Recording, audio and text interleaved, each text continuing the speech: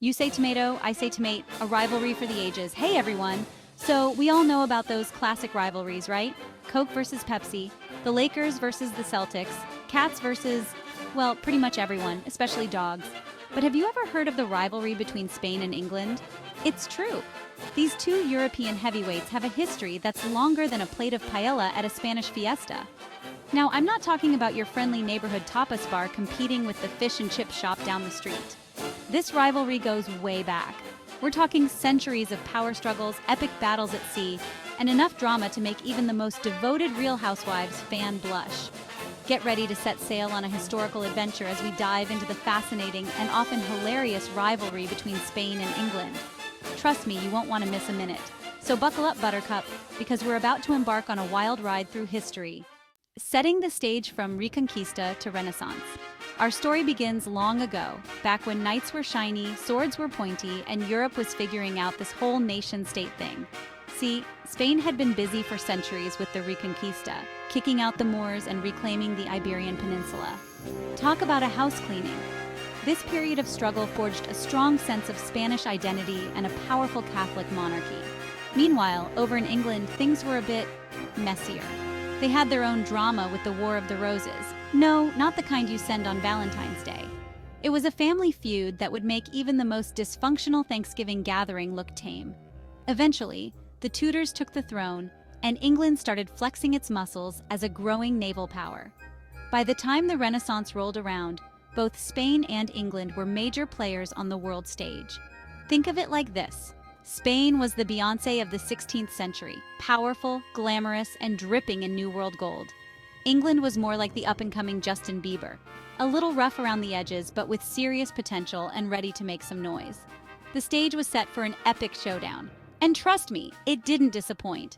The reign of royals and wrecked ships, Henry, Elizabeth, and the Spanish Armada. Now let's talk about Henry VIII.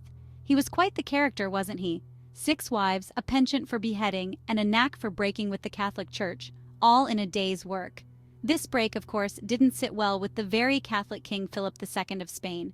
To make matters even juicier, Henry's daughter, the fierce Queen Elizabeth I, was a Protestant through and through.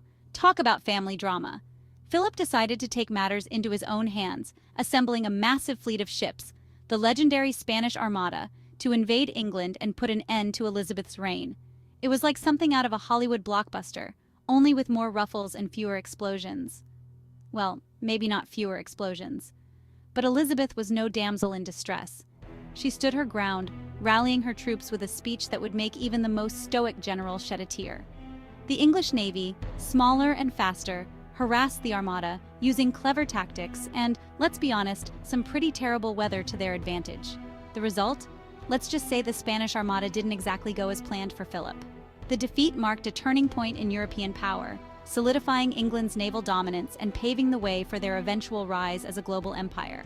As for Philip, well, let's just say he probably wasn't throwing any victory fiestas back in Spain. Adventures on the high seas, privateers, pirates, and plunder. Now, you didn't think the rivalry ended with one big naval battle, did you? Oh no, this is Spain and England we're talking about. The high seas became a stage for all sorts of swashbuckling adventures, with privateers and pirates adding their own chaotic flair to the mix. Think of privateers like the Robin Hoods of the sea. They were essentially mercenaries hired by the English crown to plunder Spanish ships and disrupt their trade routes. Of course, Spain wasn't exactly innocent in this game of maritime mayhem. They had their own share of entrepreneurs looking to make a quick doubloon or two. One of the most famous privateers, or pirates depending on who you ask, was Sir Francis Drake. He was a skilled sailor, a fearless fighter, and, let's be honest, a bit of a showman.